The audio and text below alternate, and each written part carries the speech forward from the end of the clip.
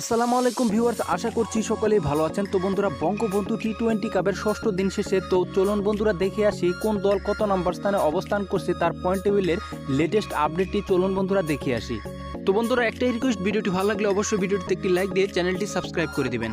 তো বন্ধুরা, বঙ্গবন্ধু টি-20 কাপের লেটেস্ট পয়েন্ট টেবিলের আপডেটটি যদি আমরা দেখি তাহলে কিন্তু আমরা পয়েন্ট টেবিলের দিকে তাকালে আমরা কিন্তু দেখতে পাচ্ছি যে প্রথমে রয়েছে গাজী গ্রুপ চট্টগ্রাম। তারা কিন্তু 4টি ম্যাচ খেলেছে, 4টিতেই জিতেছে, তাদের পয়েন্ট কিন্তু 8।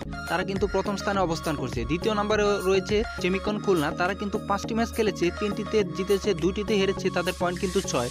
তারা কিন্তু 2 নম্বরে অবস্থান করছে। 3 নম্বরে রয়েছে বেক্সিমকো ঢাকা। তারা কিন্তু 5টি ম্যাচ খেলেছে, 5টিতে 2টিতে জিতেছে, 3টিতে হেরেছে, তাদের পয়েন্ট কিন্তু 4। তারা কিন্তু 3 নম্বর স্থানে অবস্থান করছে। তারপরে রয়েছে মিনিস্টার গ্রুপ রাজশাহী। তারা কিন্তু 5টি ম্যাচ খেলেছে, 2টিতে জিতেছে, 3টিতে হেরেছে, তাদের পয়েন্ট কিন্তু 4। রান রেটে পিছিয়ে থাকার কারণে তারা কিন্তু বেক্সিমকো ঢাকার পরেই রয়েছে।